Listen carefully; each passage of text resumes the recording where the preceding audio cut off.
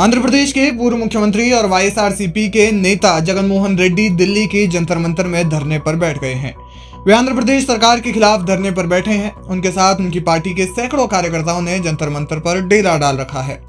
उनका यह धरना एक दिवसीय बताया जा रहा है, लेकिन इसे वे कब तक जारी रखेंगे इसके बारे में स्थिति स्पष्ट नहीं हुई है।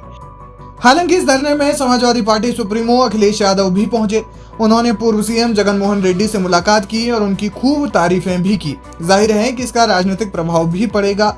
इसके राजनीतिक प्रभाव पर चर्चा करेंगे, लेकिन उससे पहले ये जानेंगे कि पूर्व सीएम को राज्य छोड़कर इस तरह दिल्ली में धरने पर क्यों बैठना पड़ गया।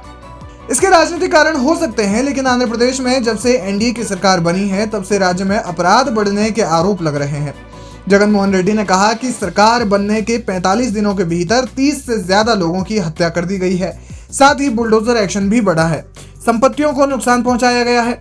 इस दौरान उन्होंने टीडीपी पर आरोप लगाया कि चंद्रबाबू नायडू के बेटे नारा लंकेश राज्य में लाल किताब घुमा रहे हैं। इसके बड़े बड़े होर्डिंग्स भी राज्य भर में लगे हुए हैं। उन्होंने कहा कि इस लाल किताब में उन नेताओं की लिस्ट है जिन पर टीडीपी का हमला करने का इरादा है। यानी कुल मिलाकर प्रदेश में बिगड़ती कानून व्यवस्था को लेकर वे धरने पर बैठे हैं। जाहिर है कि वे दिल्ली से अपनी आवाज बुलंद करना चाहते हैं। अब जब उनसे अखिलेश यादव ने मुलाकात की तो केंद्र सरकार और यूपी सरकार पर अखिलेश ने भी जमकर निशाना साधा।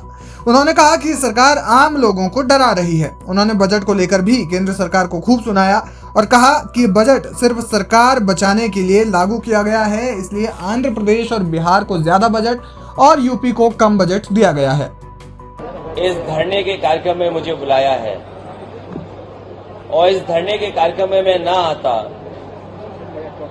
और जो मैंने फोटोग्राफ्स या वीडियोस देखे हैं शायद मैं सच्चाई नहीं जान पाता। पॉलिटिक्स में कभी आप सत्ता में रहते हैं, कभी सत्ता से बाहर चले जाते हैं। मैं इतना ही कहना चाहता हूं, ये देख करके जो लोग सरकार में हैं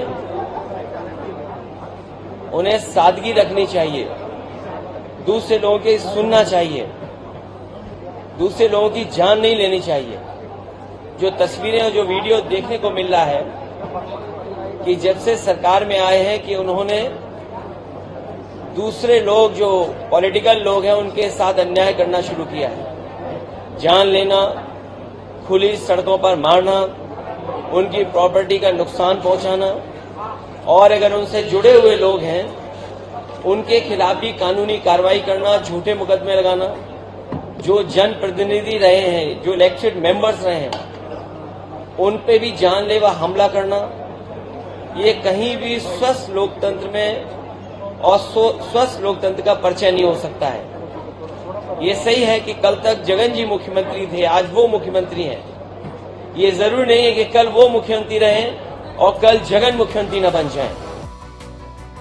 इस मुलाकात के राजनीतिक मायने बेहद बड़े हैं। लोकसभा चुनाव 2024 से पहले जगनमोहन रेड्डी की पार्टी सदन में एनडीए का समर्थन करती आई है। हालांकि वे औपचारिक रूप से एनडीए का हिस्सा कभी नहीं थे, लेकिन समर्थन करते रहे हैं।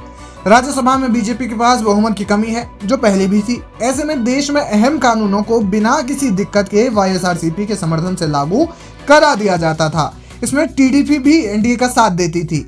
लेकिन अब आंध्र प्रदेश में चंद्रबाबू नायडू की सत्ता वापसी के बाद वाईएसआरसीपी एनडीए से खफा नजर आ रही है। विपक्ष भी इसे मौके की तरह ले रहा है। ऐसे में अखिलेश यादव के जंतर मंतर में वाईएसआरसीपी नेता जगनमोहन रेड्डी के धरने में शामिल होने के बेहद बड़े परिणाम होंगे, जो बीजेपी के लिए मुश्किलें खड़ी कर सकता है और इंडिया गठबंधन को फायदा दे सकता है।